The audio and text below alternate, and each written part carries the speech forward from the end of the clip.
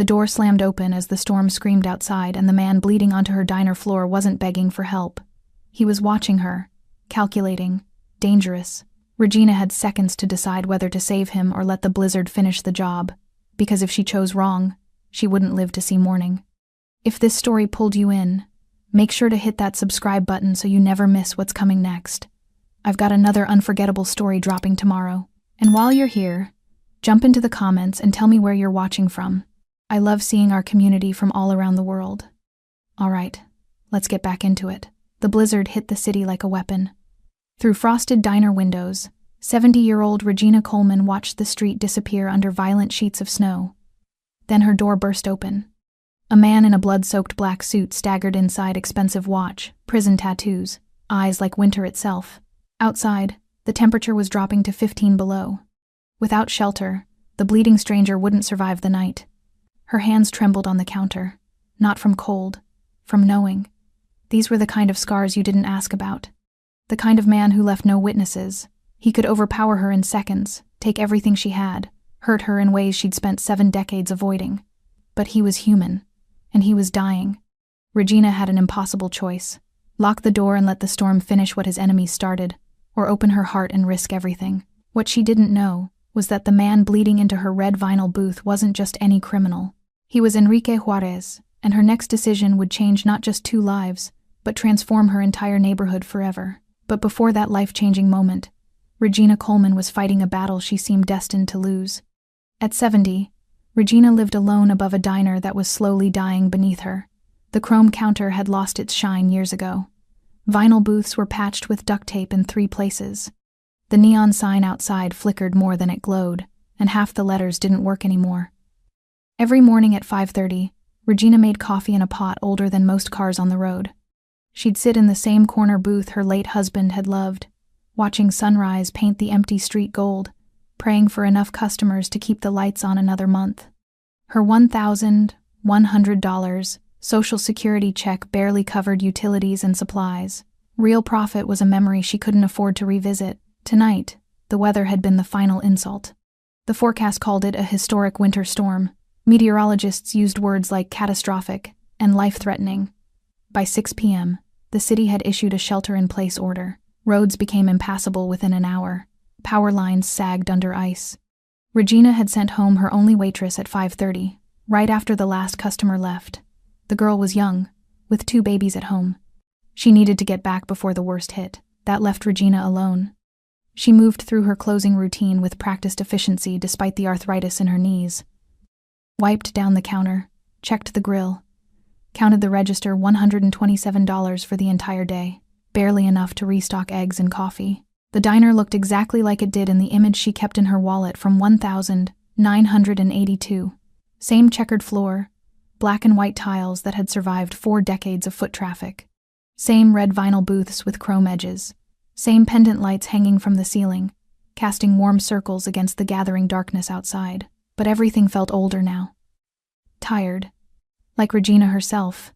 She wore her usual work clothes, a floral blouse under a brown cardigan, a practical tan apron tied at her waist, a long dark skirt that fell past her knees, comfortable shoes for standing all day. Her silver hair was pulled back in a neat bun, the way she'd worn it since her husband passed. Through the wide windows, snow attacked the glass like it had personal business with the world. Wind howled between buildings. The streetlights barely penetrated the white curtain falling from the sky. Regina pulled her cardigan tighter and moved toward the back booth. She kept a pillow and blanket there for nights like this, nights when driving home was suicide. Her little apartment 3 blocks away, might as well have been 3 states away. The ancient coffee maker gurgled behind the counter, finishing its last pot of the night. The sound was comforting, familiar. Regina had heard it 10,000 times. She was reaching for the light switch when the door exploded inward. Snow blasted across the checkered floor. Wind shrieked through the opening like a living thing. And in the doorway stood a man Regina would remember for the rest of her life. Tall, broad-shouldered, mid-40s maybe, though pain aged him. His black suit was expensive, she could tell, even soaked and torn as it was. No tie. The collar of his white shirt hung open, stained dark with blood that looked black in the dim light. But it was his face that froze Regina where she stood. Strong features. Dark hair slicked back with melting snow, a jaw that looked carved from stone, and tattoos ink climbing up his neck from beneath his collar, disappearing into his hairline. More tattoos wrapped around his hands like gloves, the kind of artwork that told stories Regina didn't want to hear. His eyes found hers, dark, calculating, exhausted beyond measure. He took one step inside, then another. His expensive leather shoes left bloody prints on her clean floor. "Please," he said, just that one word. His voice was rough, controlled despite obvious pain, an accent she couldn't quite place Spanish maybe, smoothed by years of English. Then his knees buckled. He caught himself on the nearest booth, the red vinyl one by the window, and collapsed into the seat. His head fell back against the cushion. Blood seeped from somewhere beneath his jacket. His breath came in short, controlled bursts. Regina's heart hammered against her ribs. She'd lived 70 years in this city, raised 2 sons in the apartment upstairs before they moved away, buried a husband who'd worked construction for 40 years. She'd seen plenty of hard men, dangerous men who carried violence like other people carried wallets. This man was all of those things. The watch on his wrist probably cost more than her diner made in 6 months. His suit, even ruined, screamed money. But the tattoos, the scars on his knuckles, the way his eyes never stopped moving even while his body failed, those screamed something else entirely. Outside, the storm intensified. Snow piled against the windows. The temperature dropped. She could feel it even inside, could feel the cold pressing against the glass like hands trying to get in. Regina looked at the phone behind the counter. She could call the police. Should call the police. But the man's eyes were closing. His breathing was slowing down. Whatever had happened to him, whatever violence had put him in her diner bleeding and half frozen, he was dying. She stood there, one hand gripping her dish towel, the other clutching the edge of the counter. The door still hung open behind him. Snow continued to pour inside, melting into dark puddles on her checkered floor. Regina Coleman had a choice to make, and she had about 30 seconds to make it.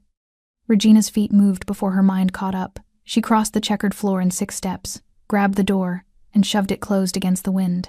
The deadbolt clicked into place with a sound that felt far too final. The sudden silence, just the muffled howl of wind outside and the man's ragged breathing pressed against her ears. She'd made her choice. Now she had to live with it. The stranger hadn't moved. His head remained tilted back against the red vinyl, eyes closed, one arm pressed against his side where the blood was coming from. In the harsh fluorescent light, Regina could see him more clearly now. Mid-40s, like she'd thought. Strong features that might have been handsome if they weren't twisted with pain. The tattoos on his neck were intricate symbols and letters she didn't recognize, the kind of ink that told stories in a language she'd never learned. "Can you hear me?" Regina's voice came out steadier than she felt.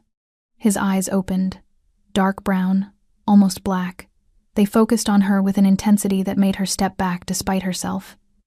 These weren't the eyes of a man lost to pain. They were sharp, calculating, always working. Yes, that same rough voice, controlled, no begging, no drama. "You're bleeding. I know. How bad?" He shifted slightly, grimaced. "Bad enough." Regina's nursing instincts, honed from raising 2 boys and caring for a dying husband, kicked in automatically. She moved to the booth, her arthritic knees protesting, and reached for his jacket. His hand shot out and caught her wrist. Not hard, not threatening, but fast. Impossibly fast for a man who looked half dead. Regina froze. His grip was firm, warm despite the cold still clinging to his clothes. She could feel the calluses on his palm, the strength in fingers that had clearly done violence. "I won't hurt you," he said quietly. "But I need you to understand what you're doing. I'm trying to keep you from bleeding out on my floor. There are men looking for me." His eyes never left hers. "If they find me here, they'll burn this place down. With you in it." Regina's pulse hammered in her throat, but she didn't pull away. "Then we better make sure they don't find you." Something flickered across his face. Surprise, maybe, or confusion, like he'd expected fear and found something else entirely. He released her wrist. Regina unbuttoned his jacket with shaking hands. The fabric was soaked, heavy with melting snow and blood. Beneath it, his white shirt clung to his torso, dark stains spreading from a wound on his left side, just above his hip. "Knife or bullet?" she asked. "Knife. Deep? Deeper than I'd like." Regina straightened up, her mind already cataloging what she'd need. "Stay here. Don't move. Wasn't planning on dancing." Despite everything, Regina almost smiled. She hurried behind the counter, pulled out the first aid kit she kept beneath the register. Hardly adequate for this, but it would have to do. She grabbed clean dish towels, a bottle of whiskey from the locked cabinet, and the emergency sewing kit from the drawer. When she returned, the stranger was watching the windows. His eyes tracked every shadow, every shift in the falling snow outside. Even injured, even bleeding, his body remained coiled, ready. This was a man who'd survived by never relaxing, by always expecting the next attack. Regina set her supplies on the table and began folding towels into makeshift bandages. "I need you to take off your shirt." He complied without argument, shrugging out of the jacket and unbuttoning his shirt with steady hands. When he pulled it away, Regina had to force herself not to react. His torso was a map of violence. Scars crisscrossed his ribs, old bullet wounds puckered on his shoulder and chest. Burns, knife marks, the tattoos continued down his arms, elaborate designs that covered what looked like even older scars beneath. But the fresh wound was what demanded her attention. A 4-inch gash across his left side, deep enough to need stitches, bleeding steadily but not catastrophically. "You're lucky," Regina said, pouring whiskey onto a clean towel. "Whoever did this missed anything vital. Luck had nothing to do with it. He was aiming for my kidney. I moved." Regina pressed the whiskey-soaked towel against the wound. He flinched but made no sound. She worked quickly, cleaning the area, applying pressure to slow the bleeding. Her hands remembered this work from decades ago, cleaning her son's scraped knees, tending to her husband's construction injuries. But this was different. This was deliberate violence, professional violence. "What's your name?" she asked, not looking up from her work. "Does it matter? I'd like to know who I'm risking my life for." Silence. Then, "Enrique." "Regina, I know." Her hands paused. "How?" He nodded toward the counter. She followed his gaze to the small nameplate next to the register. "Regina's Diner" in faded gold letters. "You're observant. It keeps me alive." Regina resumed working, pressing fresh towels against the wound. The bleeding was slowing. "This needs real stitches. A hospital." "No hospitals. You could get infected. I'll take my chances." She looked at him then, really looked at him. He was watching her with those dark, unreadable eyes. No fear, no shame, just careful assessment, like he was trying to figure out what kind of person would help a bleeding stranger in a storm. "Why did you come here?" Regina asked. "Of all the places in this city, why my diner? It was close." The door was unlocked. He paused, and the lights were on.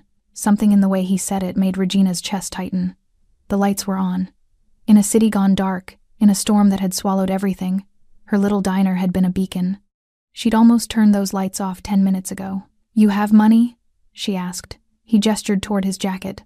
Regina reached into the inside pocket and pulled out a thick roll of cash, held together with a rubber band. Her eyes widened. There had to be thousands of dollars there. "Take what you need," Enrique said. Regina set the money on the table without counting it.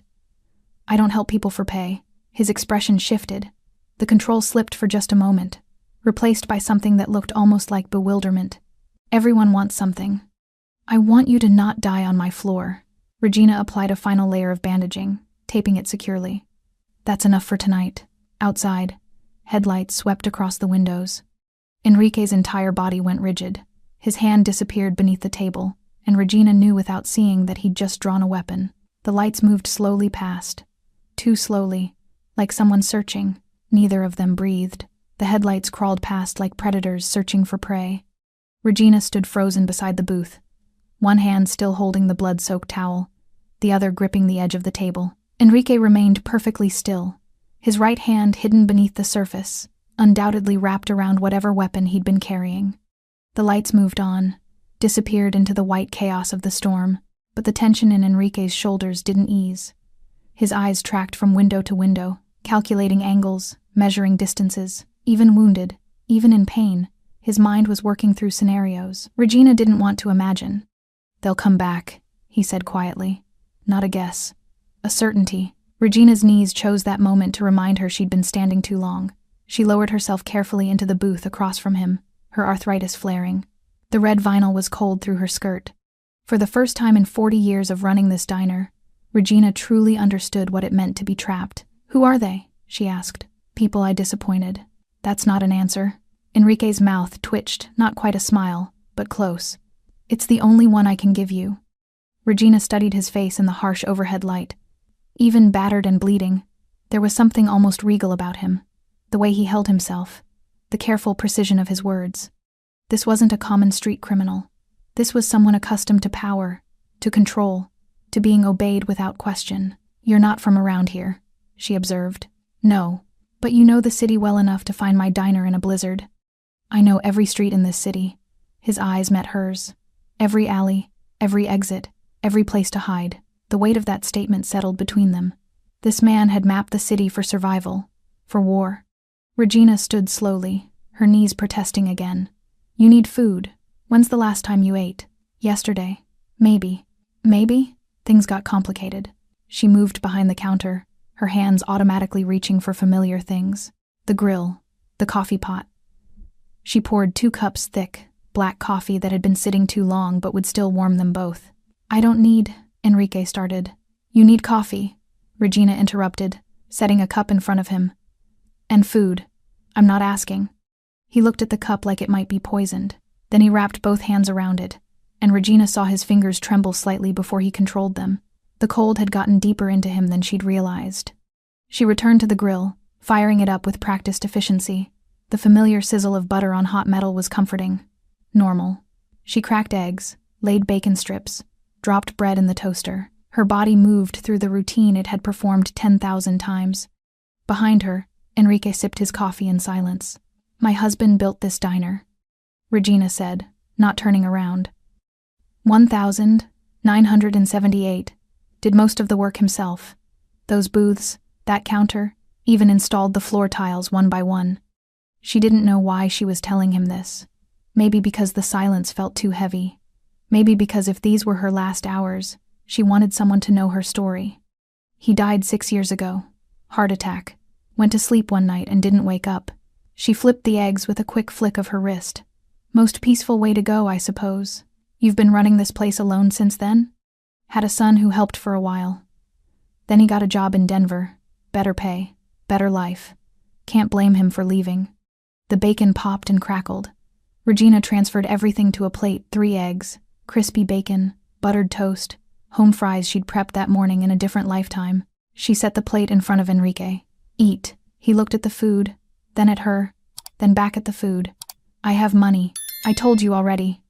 Regina lowered herself back into the booth, cradling her own coffee cup. "I don't help people for pay. Then why are you helping me at all?" It was a fair question. Regina had been asking herself the same thing from the moment she'd locked that door. "Because you're human," she said finally. "And you were dying on my porch. Most people would have called the police. Most people don't run diners in neighborhoods like this for 40 years. Regina sipped her coffee. "You learn to see the difference between someone who's dangerous and someone who's in danger. And which one am I? Both." Enrique picked up his fork. For a moment, Regina thought he might argue further. Instead, he began to eat. Slowly at first, then faster, like a man remembering he was starving. Regina watched the storm through the window. Snow had buried her street completely. The parked cars looked like white hills. The streetlight across the way flickered, struggling against the wind. "This storm," Enrique said between bites. "It's not supposed to break until morning. That's what they said." "That's a long time to hide a man people want to find." Regina met his eyes. "Then we better figure out how to make it through the night." He set down his fork. "You should ask me to leave." "Should I?" "Yes. Will you?" "If you ask." Regina considered this. Outside, another set of headlights appeared, moving even slower than before. A dark SUV, windows tinted, prowling through the storm like a shark through deep water. Enrique's hand moved beneath the table again. But he didn't stand, didn't reach for his jacket. The SUV stopped directly in front of the diner. Regina's heart climbed into her throat. Through the snow-covered windows, she could barely make out shapes inside the vehicle. 2 people in front, maybe more in back. "Don't move," Enrique whispered. "Don't look at them directly." Regina kept her eyes on her coffee cup, every muscle in her body locked tight. The diner suddenly felt impossibly exposed. All those wide windows, all that light spilling out into the darkness. Seconds crawled past like hours.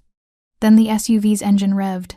It pulled away, tires spinning slightly in the deep snow before finding traction. The taillights disappeared into the white void.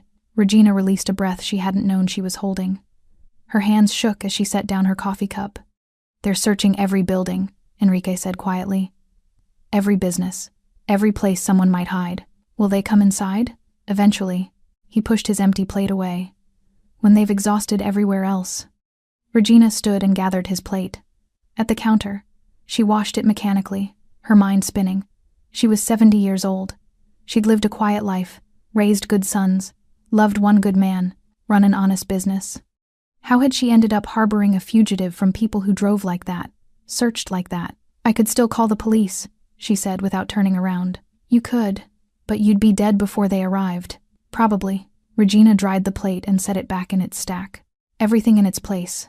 Everything ordered. Her whole life, she'd maintained order. Then I suppose we're committed to this, she said. When she turned around, Enrique was watching her with an expression she couldn't quite read. Why? He asked again, softer this time. Really? Why risk this? Regina thought about her husband, about her sons, about 40 years of feeding strangers in this diner. Because someone has to, she said simply. Outside, the storm raged on. The clock behind the counter read 9:47 p.m. Regina refilled their coffee cups for the third time, her hands steadier now despite the fear coiled in her stomach. The diner had become its own small world, warm light, quiet hum of the ancient refrigerator, wind howling outside like something trying to claw its way inside. Enrique had moved to a booth with better sightlines, the one in the back corner where her husband used to sit with his newspaper every Sunday morning. From there, he could see both the front door and the windows facing the street. His jacket was draped over the seat beside him, within easy reach. Regina knew without asking that his weapon was still in his hand beneath the table. Tell me about them, she said, settling into the booth across from him. The people looking for you. You don't want to know. I'm already in this. Might as well understand what I'm in.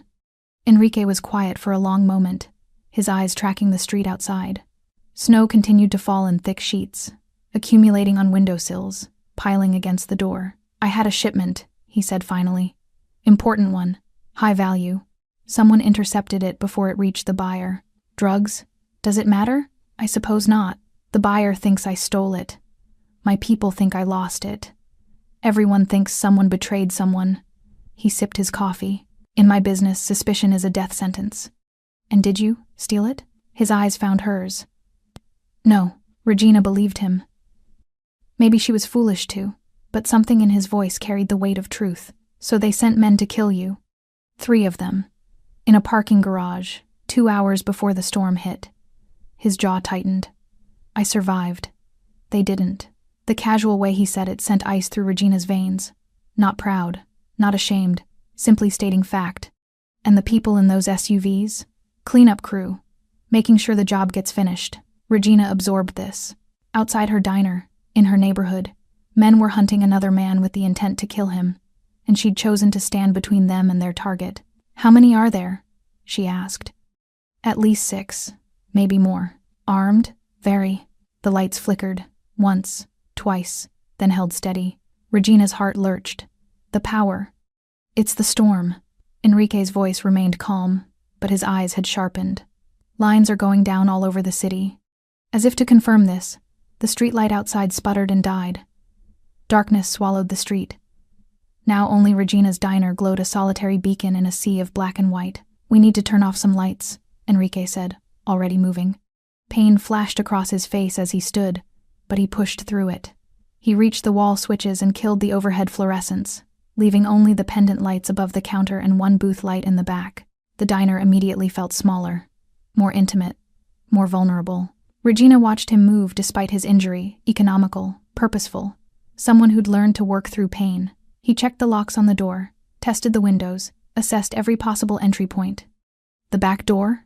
He asked. Storage room. Leads to an alley. Show me. Regina led him past the counter, through the narrow hallway where she kept her coat, to the storage room at the back. Boxes of supplies lined metal shelves. Bags of flour, canned goods, cleaning products. The back door was solid steel with a deadbolt and chain. Enrique tested it, nodded approval. Good. If someone comes through the front, we go out the back. Into a blizzard? Better than the alternative. They returned to the dining area. Regina's knees were screaming now, but she ignored them. Adrenaline was a powerful painkiller. Headlights appeared again. This time, 3 vehicles, moving in formation, They crawled down the street like wolves coordinating a hunt. "Get down," Enrique said quietly. "Behind the counter. Now." Regina's body obeyed before her mind could protest. She crouched behind the chrome counter, her heart hammering so hard she could hear it in her ears. Through the gap beneath the counter's edge, she could see Enrique pressed against the wall beside the window, barely visible in the dim light. The vehicles stopped. All three of them, right in front of the diner. Doors opened. Regina heard them even through the wind, heavy thuds that meant business. Men's voices, muffled by the storm but unmistakable. Said he was bleeding. Couldn't have gone far. Check everything. Footsteps crunched through snow. Coming closer. Regina's breath came in short gasps. She pressed one hand over her mouth to quiet the sound. With her other hand, she gripped the edge of the counter so hard her arthritic knuckles screamed. A face appeared at the window. Young, maybe 30. Cold eyes scanning the interior. He cupped his hands against the glass, peering inside. Regina froze. Didn't breathe. Didn't move. The man's eyes swept across the empty booths, the dim lights, the counter where Regina hid. For one horrible moment, she was certain he'd seen her. Then another voice called out, "Anything? Place looks closed. Check it anyway." The doorknob rattled. Once, twice. It held. "Locked," the young man called. "Nobody's been here." "You sure?" "Windows are fogged. If anyone was inside, it'd be warm enough to see in clearly." Silence. Regina could almost feel them deciding. "Move on," a deeper voice commanded. "Warehouse district next." He might have holed up there. More footsteps. Retreating now. Doors slammed. Engines revved. The vehicles began to move. But they moved slowly. Reluctantly. Like predators not quite convinced the prey had escaped, Regina remained crouched behind the counter, every muscle locked, until the sound of engines faded completely into the storm. Only then did Enrique move from his position. He crossed to the counter, looked down at Regina. "They're gone." Regina tried to stand. Her legs wouldn't cooperate. The adrenaline that had sustained her was draining away, leaving nothing but trembling exhaustion. Enrique offered his hand. She stared at it for a moment, this hand that had killed 3 men just hours ago. This hand covered in tattoos and scars. Then she took it. He pulled her up gently, steadying her when her knees wobbled. "You did good," he said. Regina's laugh came out shaky, almost hysterical. "I hid behind my own counter while armed men looked for someone to kill. That's not good. That's terrified. Terrified is smart. Terrified keeps you alive." She pulled away from him, moving to the booth on unsteady legs. Her whole body felt like water. "How do you live like this? Always looking over your shoulder. Always waiting for someone to come kill you. You get used to it. That's a terrible way to live." "Yes," Enrique said simply. "It is." He sat down across from her. And for the first time, Regina saw genuine weariness in his face. Not just physical exhaustion, but something deeper, soul deep. "They'll be back," he said. "I know. When they realize they've searched everywhere else, this diner will be the last place standing. Then we better figure out how to make them believe nobody's here." Enrique studied her. "You're not what I expected." "What did you expect?" "Someone who'd break." Regina thought about this. About her husband dying in his sleep. About her sons leaving for better lives. About 40 years of barely surviving while watching her neighborhood decay. "I broke a long time ago," she said. "I just learned how to hold the pieces together." Outside, the storm intensified. Inside, 2 strangers sat across from each other in a red vinyl booth, bound by circumstance and an impossible night. The clock read 10:23 p.m. Dawn was still 8 hours away. The hours crawled. Regina dimmed the remaining lights until the diner existed in a soft amber glow, enough to see by. Not enough to broadcast their presence to every set of eyes searching the storm. The pendant lights above the counter cast long shadows across the checkered floor. Outside, snow continued its relentless assault, building drifts against the windows that rose higher with each passing hour. 11:47 p.m. The clock's second hand ticked with maddening slowness. Enrique had been silent for nearly 30 minutes, his eyes tracking the street with mechanical precision. Every car that passed, and there were fewer, now drew his complete attention. His hand never strayed far from the weapon Regina knew was tucked against his side. She brought him water, checked his bandages. The bleeding had stopped, but the makeshift dressing was already soaked through in places. "You need to rest," she said. "I need to stay alert. You need both." He looked at her then, something almost like amusement flickering across his features. "You're bossy for someone half my size. I'm a grandmother. Bossy as a job requirement. You have grandchildren? The question caught Regina off guard. No. My sons. They moved away, started their own lives. No kids yet, but you would have liked them. It wasn't a question. Somehow, this dangerous stranger had looked at her and seen that particular loneliness. Yes, Regina said softly. I would have. She sat down across from him in the red vinyl booth, the same booth where they'd spent the last hour existing in careful silence. Close enough to talk, far enough to maintain the illusion of distance, but the night was too long for distance, too quiet for pretense. When's the last time you slept? Regina asked. Enrique's eyes never left the window. 4 days ago. Maybe 5. That's not sustainable. Neither is being dead. Fair point. A ghost of a smile touched his lips, then faded just as quickly. Regina watched him in the amber light. Now that the immediate terror had receded, she could see him more clearly. The exhaustion carved into every line of his face, the weight he carried in his shoulders.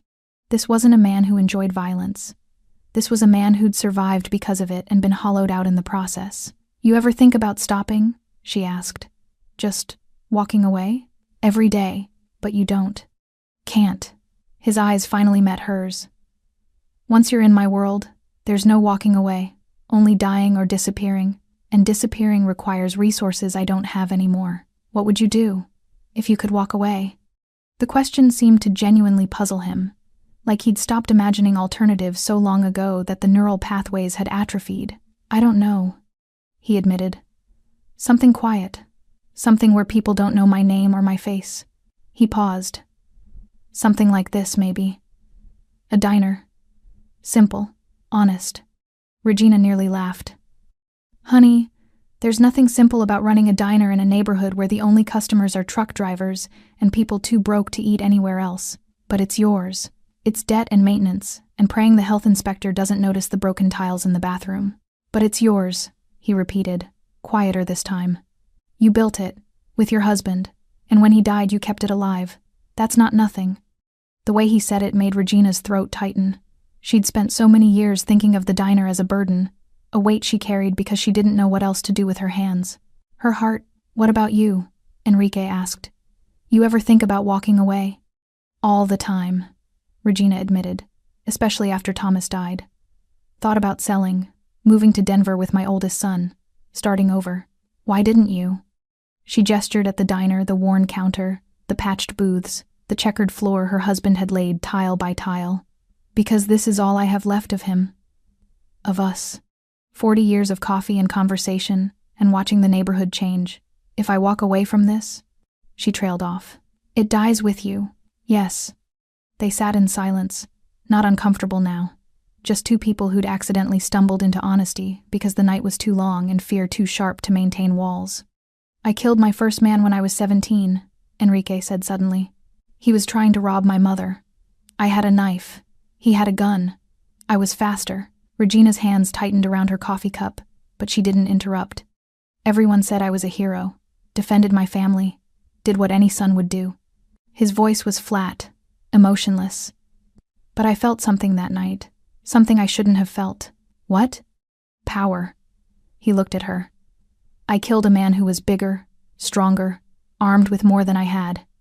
And I felt powerful. That's when I knew I was broken. You're not broken, Regina. He said her name gently. I've killed 18 people. Some of them deserved it. Most of them were just in my way. That's the definition of broken. And yet, Regina said carefully, when 3 men came to kill you tonight, you survived. And instead of disappearing into this storm, instead of hijacking a car or breaking into an empty house, you stumbled into my diner. Why? The lights were on. No. Regina leaned forward. You could have kicked in my door, taken what you needed, left me tied up or worse. But you didn't. You asked. You said please. A truly broken man doesn't say please. Enrique was quiet for a long time. Outside, wind rattled the windows. Inside, the refrigerator hummed its eternal song. My mother used to run a restaurant, he said finally. In Juarez. Nothing fancy. Just a place where working people could get a hot meal cheap. She'd feed anyone. Didn't matter if they could pay. What happened to her? Wrong place. Wrong time. Cartel caught her in crossfire. His jaw tightened. I was 19. couldn't protect her, couldn't save her, could only bury her and swear I'd never be powerless again. Regina reached across the table, slowly, telegraphing her movement. She placed her weathered hand over his scarred one. "Your mother would be proud you said please," she said. Enrique stared at their hands, hers dark and lined with age, his covered in ink and violence. The contrast should have been jarring. Instead, it looked almost natural. "My mother would be ashamed of what I became." Maybe. Or maybe she'd understand that you did what you had to do to survive a world that tried to kill you. His fingers closed around hers, gentle, careful, like he'd forgotten how to hold something without breaking it. The clock read 1:33 a.m. They sat like that for a long time, two people who'd been hollowed out by different kinds of loss, finding unexpected comfort in a red vinyl booth while a blizzard buried the world outside. Neither of them heard the vehicle approaching until its headlights swept across the windows. But this time, the engine didn't pass. It stopped, right outside the door, and someone began pounding on the glass. The pounding shattered their moment like a brick through glass. Enrique's weapon was in his hand before Regina could blink. He was up, moving to the wall beside the door, his body coiled despite the wound in his side. Every trace of the vulnerable man from moments ago had vanished, replaced by something cold and lethal. Regina's heart hammered against her ribs. She stood frozen in the booth, her mind screaming contradictory instructions. "Run, hide, do something. Police, open up!" The voice was muffled by wind and glass, but unmistakable. Official, authoritative. Regina's eyes found Enrique's. He shook his head once, a clear command. "Don't," but the pounding continued. "We're doing welfare checks. Storm stranded some folks. Need to make sure everyone's okay." It sounded legitimate. It sounded exactly like what police would do during a catastrophic blizzard. It could also be a lie. Enrique pressed his back against the wall, weapon raised, waiting. His eyes asked Regina a question. "Do you trust me?" She thought about the last 6 hours, the blood, the fear, the strange intimacy of shared secrets in the darkest part of night. She thought about his mother's restaurant, about the word please. Regina moved to the door. Enrique's eyes widened in warning, but she ignored him. She flipped on the overhead lights, sudden brightness that made both of them wince, and unlocked the deadbolt. The door opened 6 inches before the security chain caught it. A police officer stood on her doorstep. Young, Latino, snowflakes clinging to his uniform. Behind him, a patrol car idled, exhaust steaming in the frigid air. "Ma'am, I'm Officer Ruiz. We're checking businesses along this route. You okay in there?" Regina kept her body in the gap, blocking his view of the interior. "I'm fine. Stayed here instead of driving home in the storm. Smart move. Roads are a mess."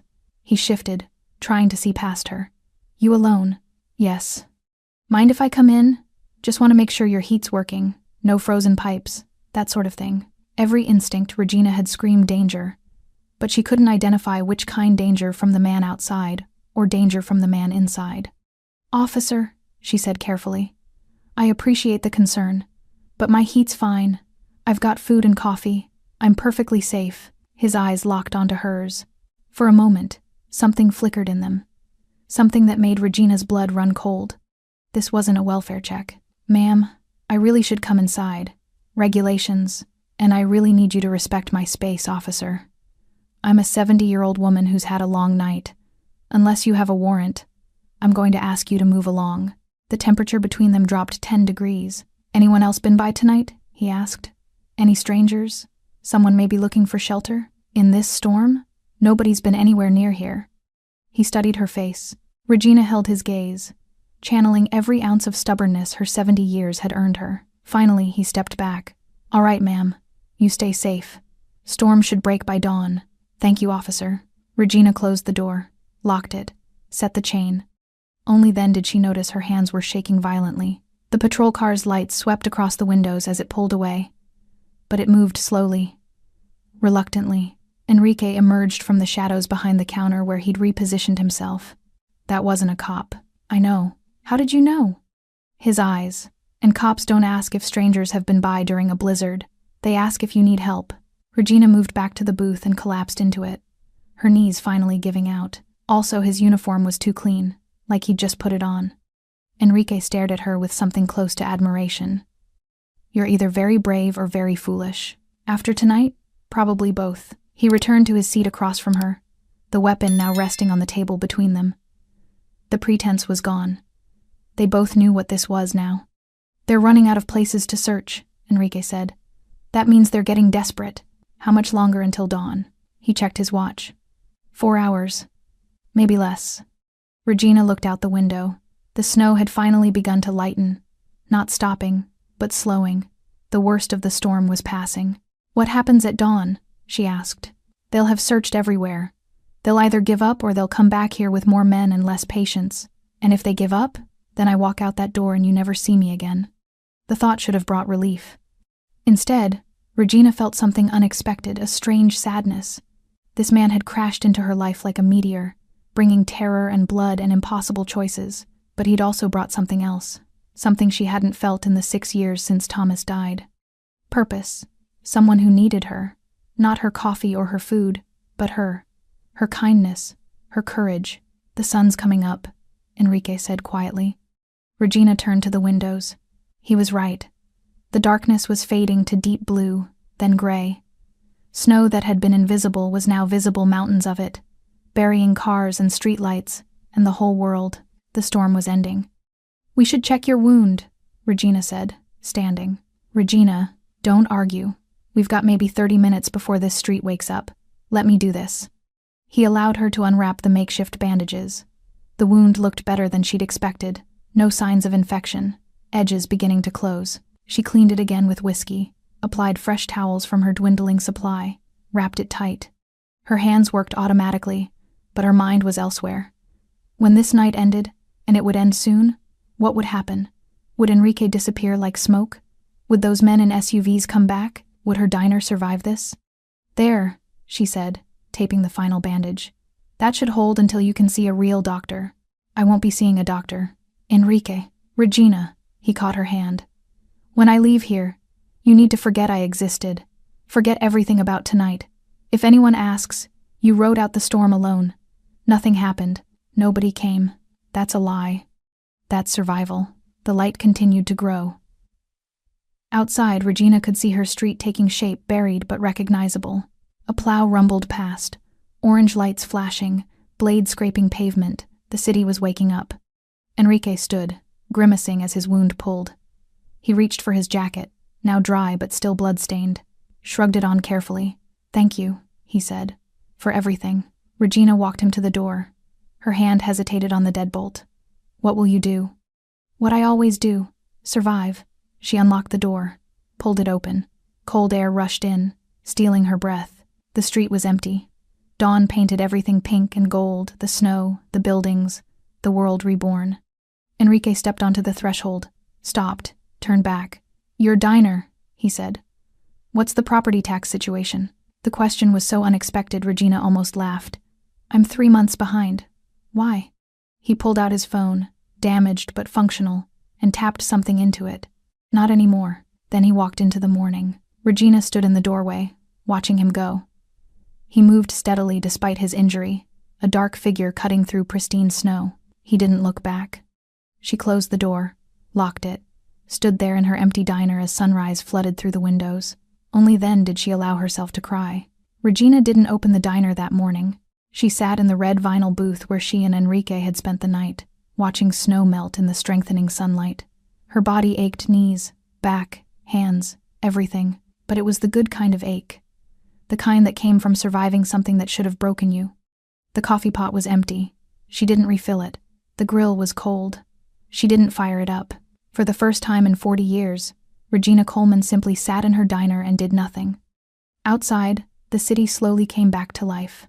Plows rumbled past with increasing frequency. People emerged from buildings, shoveling sidewalks, digging out cars. The sun hit the snow and turned everything into diamonds. Regina's phone buzzed. She'd forgotten she even had it with her. A text from her oldest son in Denver. "Mom, you okay? News says your area got hit hard." She stared at the words for a long time before responding. "I'm fine. Diner kept me safe. It wasn't a lie." Not entirely. Another buzz. This time, an email notification. She almost ignored it, but something made her open it. The subject line read, "Payment confirmation, property tax account." Regina's heart stopped. She opened the email with trembling fingers. The message was brief, official, From the county tax assessor's office. Her property tax account 3 months overdue. Penalty fees accumulating like cancer had been paid in full, including next year's taxes. And the year after that. The payment amount made her dizzy. $47,000. She read it 3 times. Then a 4th. The numbers didn't change. At the bottom, a note. Payment made via third-party service. No further action required. Regina set the phone down carefully, as if it might explode. Enrique's words echoed in her memory. Not anymore. He'd done this. Somehow, in the 60 seconds before walking out her door, he'd arranged to pay her property taxes. Years of them. "Oh, honey," Regina whispered to the empty diner. "What did you do?" She stood, ignoring her protesting knees, and moved to the window. The street looked normal now, just another winter day in a struggling neighborhood. No black SUVs, no men with cold eyes searching for prey. But something felt different. Regina pressed her hand against the glass, feeling the cold seep through. She'd saved a man's life last night. A dangerous man. A man who'd killed 18 people by his own admission, and he'd just changed hers forever. The door chimed 3 hours later. Regina had finally opened, more from habit than intention. She'd cleaned the counter, restocked napkins, started a fresh pot of coffee. Her hands needed work, her mind needed routine, but she hadn't expected customers. Not after a storm like that. The man who entered wore an expensive charcoal suit under a black wool coat, late 50s, gray at the temples, carrying himself with the kind of authority that came from never being told no. 2 other men flanked him, younger, broader, their eyes constantly scanning. Regina's blood went cold. "Good morning," the man said. His voice was smooth, cultured. "Are you Regina Coleman?" Every instinct screamed at her to lie. But her name was on the sign outside, on the business license framed on the wall. "I am. My name is Mateo Rivera." He approached the counter slowly, hands visible, movements deliberate. "I'm looking for someone. I was hoping you might have seen him." Regina's hand moved toward the phone beneath the register. "I don't know what you're talking about." A man, mid-40s, dark hair, injured. He would have been looking for shelter during the storm. Rivera's eyes swept the diner, cataloging everything: the booths, the windows, the back hallway. This establishment was the only one with lights on last night. "Between 9 p.m. and dawn, I was here alone," Regina said. Her voice stayed steady through sheer force of will. "Rode out the storm by myself. Nobody came in." Rivera studied her face the way a jeweler studies a diamond, looking for flaws, imperfections, cracks that would reveal the truth beneath. "You're certain?" "Positive." He nodded slowly. Then he reached into his coat. Regina's hand closed around the phone. But Rivera withdrew only a business card. He set it on the counter between them, his fingers perfectly manicured, a gold ring gleaming on his right hand. "If you do see this man, his name is Enrique Juarez. I'd appreciate a call. There's a substantial reward for information about his whereabouts." He paused. "He's dangerous, Mrs. Coleman. A criminal. Someone you wouldn't want in a place like this." Regina looked at the card without touching it. Then she looked at Rivera. "If he's so dangerous, why isn't this a police matter?" Rivera's smile didn't reach his eyes. "The police have their methods. We have ours. We, business associates. Mr. Juarez borrowed something that doesn't belong to him. We'd like it returned." The air in the diner had gone very still, very cold. "I'll keep an eye out," Regina said flatly. Rivera studied her for another long moment. Then he turned to leave. His men followed, moving with the practiced efficiency of people who hurt others for a living. At the door, Rivera paused. "You have a lovely establishment, Mrs. Coleman. Be a shame if anything happened to it." The door closed behind them. Regina didn't move until their black Mercedes disappeared down the street. Then her legs gave out and she collapsed onto the stool behind the counter, her entire body shaking. They knew. Maybe not everything, but enough. Enough to come here. Enough to threaten her. Her phone buzzed. Another text from her son. "Just saw the weather cleared. Love you, Mom." Regina stared at those words. "Love you, Mom," and something hardened in her chest. She picked up Rivera's business card. Expensive stock, embossed lettering. Just a name and phone number. No company, no title. She tore it in half, then in half again, and again, until it was nothing but confetti that she swept into the trash. Whatever Enrique Juarez was, whatever he'd done, he'd treated her with respect. He'd said please. He'd paid her taxes. These men, they'd threatened her home. Regina made a decision. If Rivera came back, if anyone came asking questions, her answer wouldn't change. She'd ridden out the storm alone. Nothing happened. Nobody came. She was good at protecting what mattered. She'd been doing it for 40 years. 2 days passed. The diner returned to its normal rhythm, sparse morning crowd, emptier afternoons. The lonely dinner hour with truckers and regulars who came more for company than food. Regina went through her routines. Coffee, grill, dishes. The familiar dance of a life lived in service. But everything felt different now. She noticed things she'd stopped seeing years ago. The way morning light hit the checkered floor, the sound of the door chime, the warmth of steam rising from fresh coffee. She'd spent 6 years existing in the shadow of her husband's death, running this diner because she didn't know what else to do. Now she remembered why it mattered. On the third morning, she was opening the register when her phone buzzed. Unknown number. She almost didn't answer. But something, instinct, curiosity, fate, made her pick up. Regina, Enrique's voice. Quiet, controlled. Don't say my name. Just listen. Her heart leaped into her throat. I'm listening. Men came to see you. Rivera. Yes. What did you tell him? That I was alone during the storm. That nobody came. Silence on the other end. Long enough that Regina thought he'd hung up. Why? He finally asked.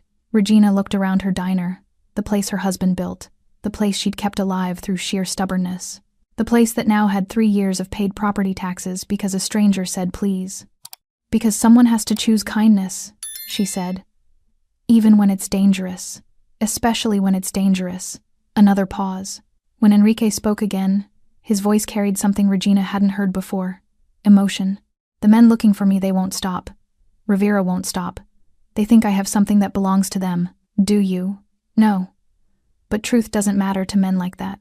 So what happens now? Now? She could almost hear him smile. Now you forget this number. You forget I called. And you live your life. Regina Coleman. You keep that diner running. You keep being stubborn and brave and impossibly kind. Enrique. You saved my life. I won't forget that. Ever. The line went dead. Regina stood behind her counter, phone pressed to her ear, listening to silence. Then she set it down, wiped her hands on her apron, and went back to work. Outside, the city moved on. Inside, Regina's diner stood a small beacon of warmth in a cold world. And somewhere out there, a dangerous man carried the memory of one grandmother's mercy. The knock came at 6:47 a.m. Regina was wiping down the counter, preparing for the morning rush that rarely came anymore. She'd opened early, unable to sleep after Enrique's call 3 days ago. The diner had become both sanctuary and prison, the only place she felt safe, the only place she felt exposed. The knock was firm but not aggressive, official. Through the frosted glass, she could see a figure in a uniform. Her stomach dropped. Not again. She approached cautiously, dish towel still in her hand. We're not open yet. Mrs. Coleman? A woman's voice. I'm from City Building Inspections.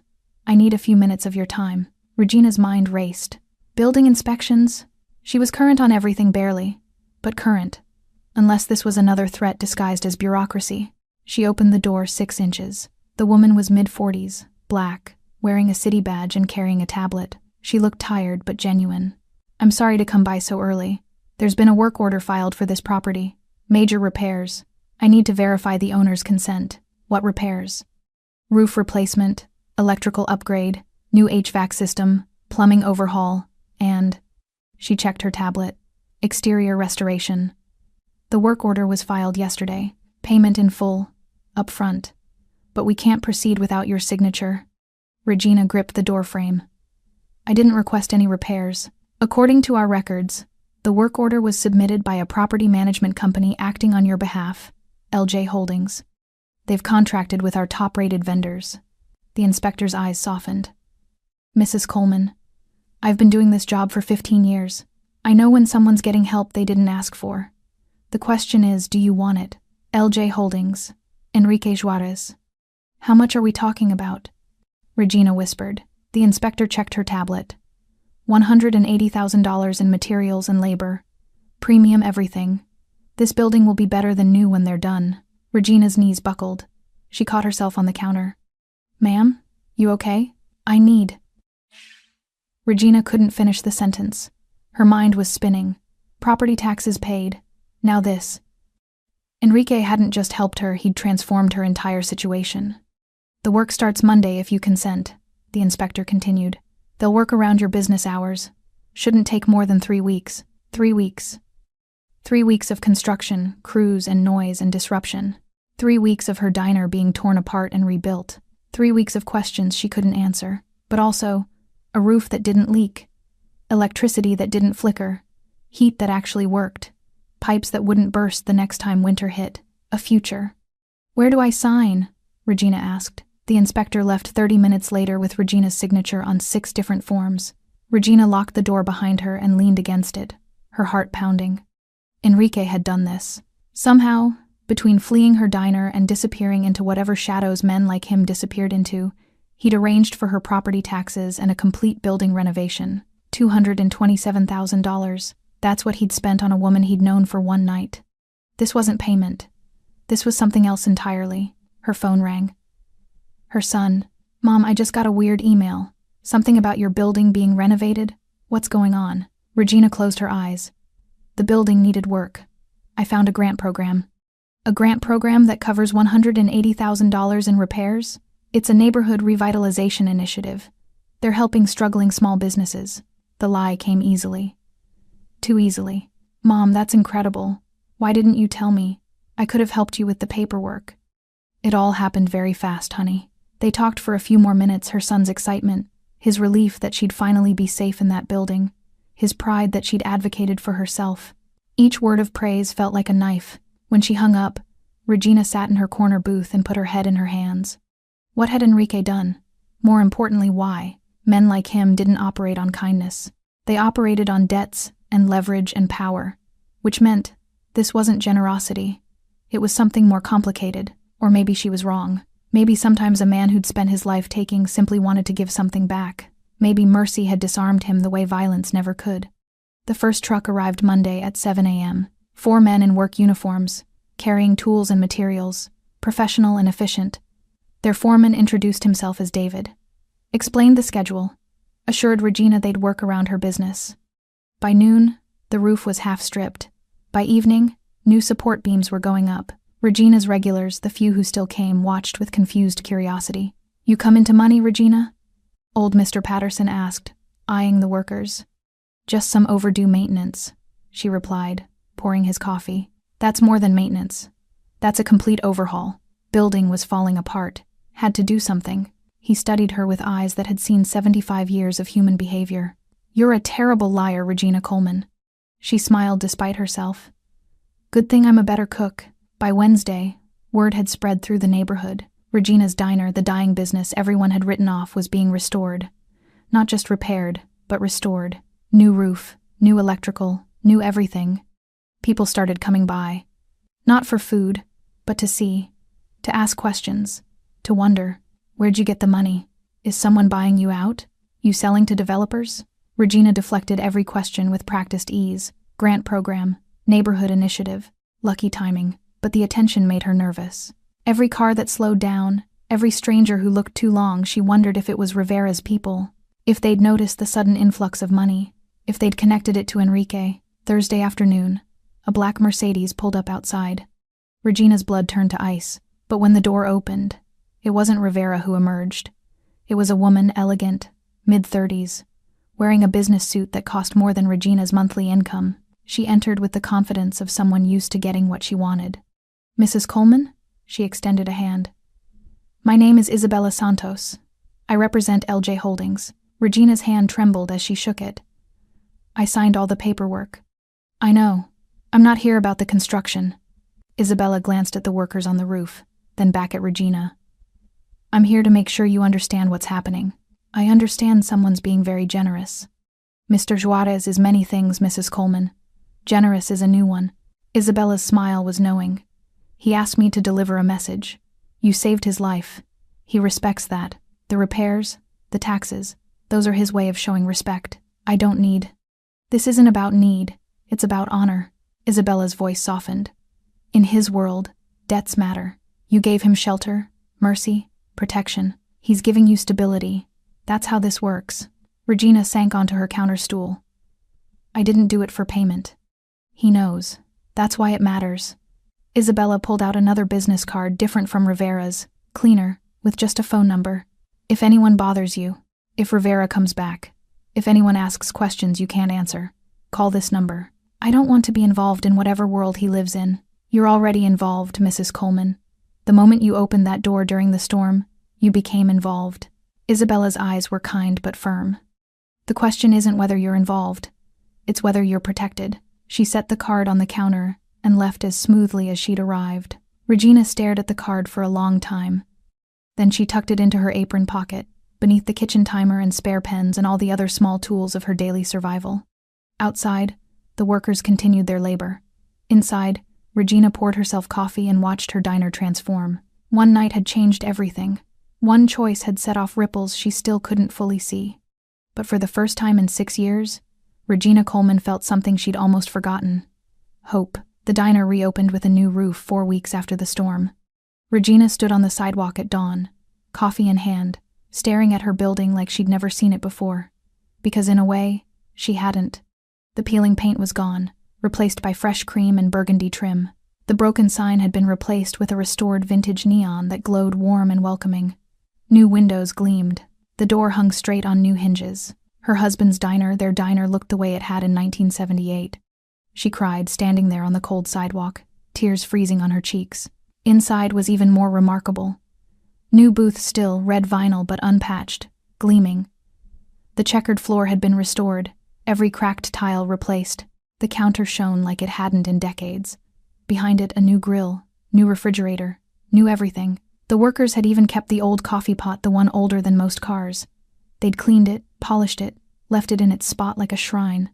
Regina made the first pot of coffee in her new old diner and sat in the corner booth, Thomas's booth, and let herself feel the full weight of what Enrique had done. He'd given her back her life. The customers came slowly at first. Mr. Patterson, right at 7 a.m. like always. He stopped in the doorway, mouth open. Regina, this the same place? Same place. Better bones. He sat at the counter, running his hand over the smooth surface. Thought you said it was just maintenance. I might have undersold it. You might have. He accepted his coffee, studied her face. You gonna tell me what really happened? Probably not. He nodded slowly. Fair enough. Some blessings you don't question. You just accept them. Word spread quickly after that. By mid-morning, people Regina hadn't seen in months started appearing. Drawn by curiosity, drawn by the transformation, drawn by something they couldn't quite name. A young mother with 2 kids, a construction worker on break, 3 teenagers skipping school, a businessman in a suit who'd clearly taken a wrong turn and decided to stay. Regina cooked, poured coffee, made change. Did the work she'd been doing for 40 years, but now it felt different, lighter, like the building's transformation had somehow transformed her too. By noon, every booth was full. Regina, her waitress, young Keisha, who'd been with her 2 years, stood at the counter, eyes wide. What do I do? We're out of clean mugs. Wash faster. Regina laughed. Actually laughed. When was the last time she'd done that? The lunch rush lasted 3 hours. 3 hours of constant motion, constant orders, constant energy. Regina's knees screamed, but she ignored them. Her hands cramped, but she pushed through. This was what the diner was supposed to be. What it had been. Once. Long ago. When the rush finally ebbed, Regina collapsed onto her stool behind the counter. Keisha brought her water. Miss Regina, what happened? We haven't been this busy in ever. Not since I've been here. Building looks better. People notice. It's more than that. Keisha gestured at the customers still lingering. Look at them. They're happy here. They feel safe. Regina followed her gaze. Keisha was right. The people in her diner weren't just eating. They were settling, talking, laughing, staying. Like they'd found something they'd been missing. The change spread beyond her diner. By the second week, Regina noticed other shifts in the neighborhood. Small ones at first. The abandoned storefront 2 doors down suddenly had new owners. A young couple opening a bookstore. The broken streetlight that had been dark for 3 years was repaired. Graffiti on the corner building was painted over. Mr. Patterson noticed too. Something's happening on this block. Good things, looks like. Doesn't feel random though. Feels coordinated. His eyes found hers. Feels protected. Regina said nothing. But she knew he was right. Enrique's influence extended beyond her diner. She didn't know how, didn't want to know, but his protection had created a bubble. A space where businesses could thrive, where people felt safe, where the slow decay that had consumed her neighborhood for decades suddenly reversed. One morning, she saw two young men, teenagers, probably gang-affiliated, start to tag the side of her building. Before she could even shout at them, a black SUV pulled up. A man in a suit stepped out, spoke quietly to the teenagers. They dropped their spray cans and left without argument. The man glanced at Regina through the window, nodded once, then drove away. She never saw those teenagers again. Rivera returned on a Tuesday afternoon. Regina was refilling the napkin dispensers when he walked in. Alone this time. He looked older than she remembered. Tired. Defeated. Mrs. Coleman. He sat at the counter without invitation. "Coffee, please," Regina poured without speaking. Set the cup in front of him. He added cream, stirred slowly. "Nice place. Renovations turned out well. Thank you. Must have cost a fortune. I was fortunate." He sipped his coffee, set it down carefully. "I'm going to ask you one more time. Did you see Enrique Juarez the night of the storm?" Regina met his eyes. "No. You're sure?" "Positive." Rivera nodded slowly, like he'd expected that answer. Like he'd accepted something he couldn't change. "He's gone, disappeared. Completely. Best trackers in the business, and nobody can find him. Maybe he left the city. Maybe." Rivera stood, pulled out his wallet. Regina waved him off. "Coffee's on the house." He studied her for a long moment. Then he smiled, not cruel, just sad. "You know what the funny thing is? I believe you. I believe you didn't see him that night. But somehow, this building got renovated. Somehow, this block got cleaned up. Somehow, my men can't operate anywhere near here without complications." He set a 20 on the counter anyway. "Enrique Juarez is gone, but his ghost is everywhere." He walked to the door, paused. "You're a lucky woman, Mrs. Coleman. I know." He left. Regina watched his car disappear down the street. She picked up the 20, added it to the register, and went back to work. She never saw Rivera again either. By the end of the second month, Regina's diner had become something unexpected. A hub. The bookstore couple came for coffee every morning. The construction workers made it their regular lunch spot.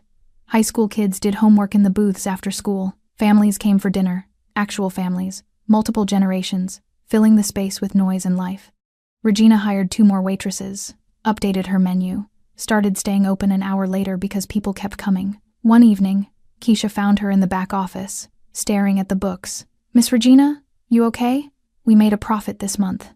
"That's good, right? First time in 3 years." Keisha hugged her, just wrapped her young arms around Regina's shoulders and held on. "You deserve this." Regina wasn't sure she did. She'd made one choice, one single decision to help a stranger. Everything else had been Enrique's doing. But maybe that's how change worked. One person's mercy rippling outward, touching lives they'd never meet, creating possibilities that couldn't exist before. Regina thought about Enrique out there somewhere, disappeared, protected, alive because she'd chosen compassion over fear. She hoped he'd found peace, or at least something close to it. She hoped he knew what his gratitude had created, not just a renovated building, but a restored community, a place where people felt safe again, where businesses could grow, where hope replaced decay. One night, one stranger, one impossible choice, and everything changed.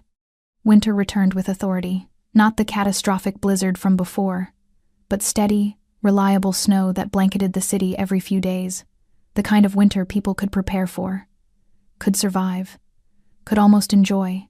Regina stood behind her counter at 5 a.m., making the first pot of coffee. The diner was dark except for the pendant lights above her workspace. Outside, snow fell in fat, lazy flakes, accumulating on the sidewalk she'd need to shovel before opening. She didn't mind. The work felt good, purposeful. The door chimed. Regina turned, surprised. Nobody came this early anymore, not even Mr. Patterson.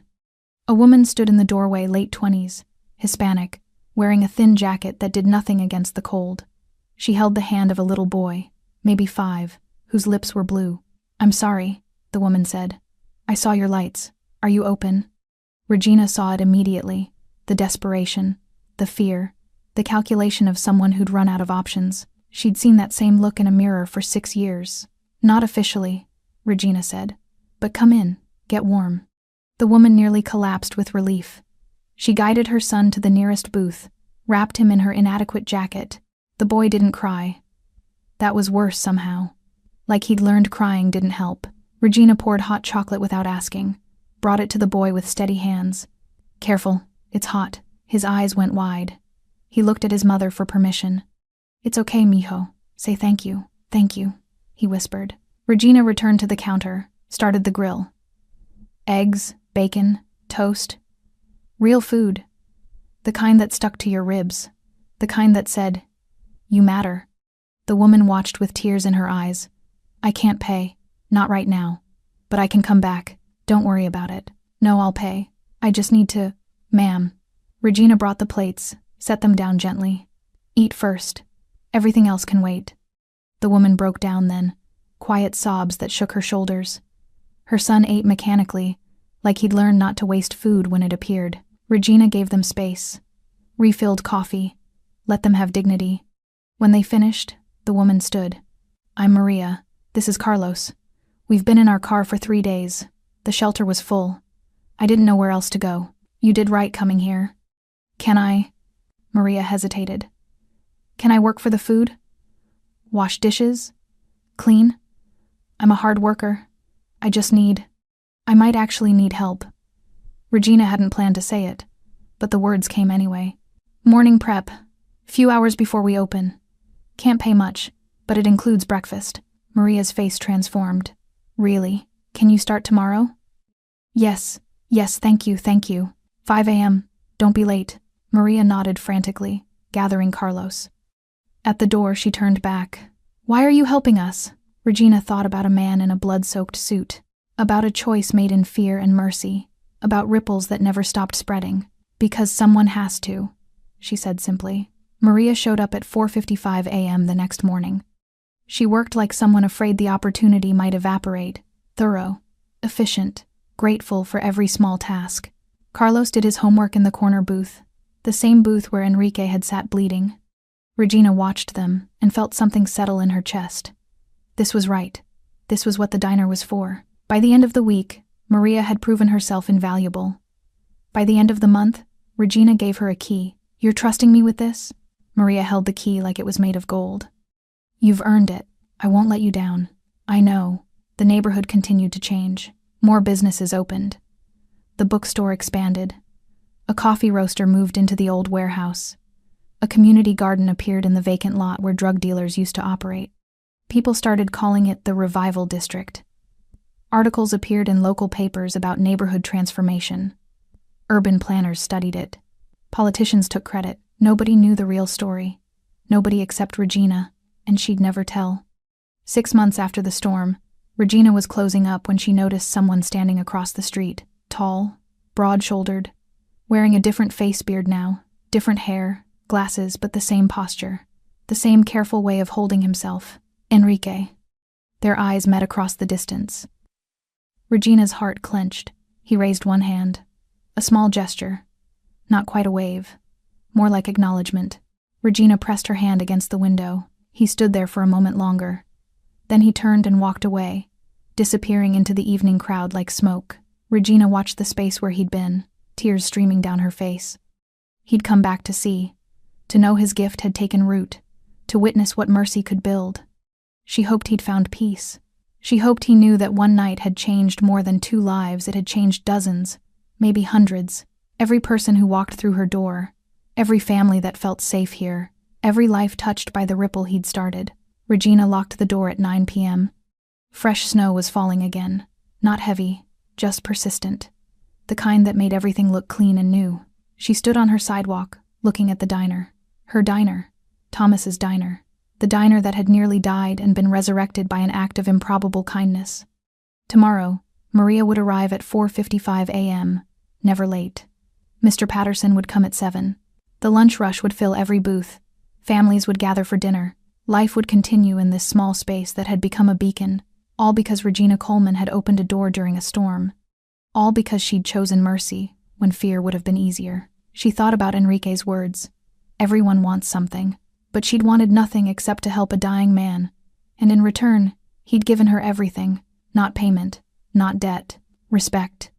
Regina turned off the outside lights and headed home through the falling snow. Behind her, The diner stood solid and bright, a promise that warmth existed in cold places, that kindness mattered, that one person's choice could change the world. The door would open again tomorrow, and every person who walked through it would carry forward the mercy that started on one impossible night. One stranger, one grandmother, one choice that echoed forever. Thanks for staying with this story right till the final moment. You're the reason these stories come alive. If you're ready for another powerful journey, just tap the next video on your screen. And before you go, leave a quick comment and rate this story from 1 to 10. I'm excited to see your thoughts and connect with you down there.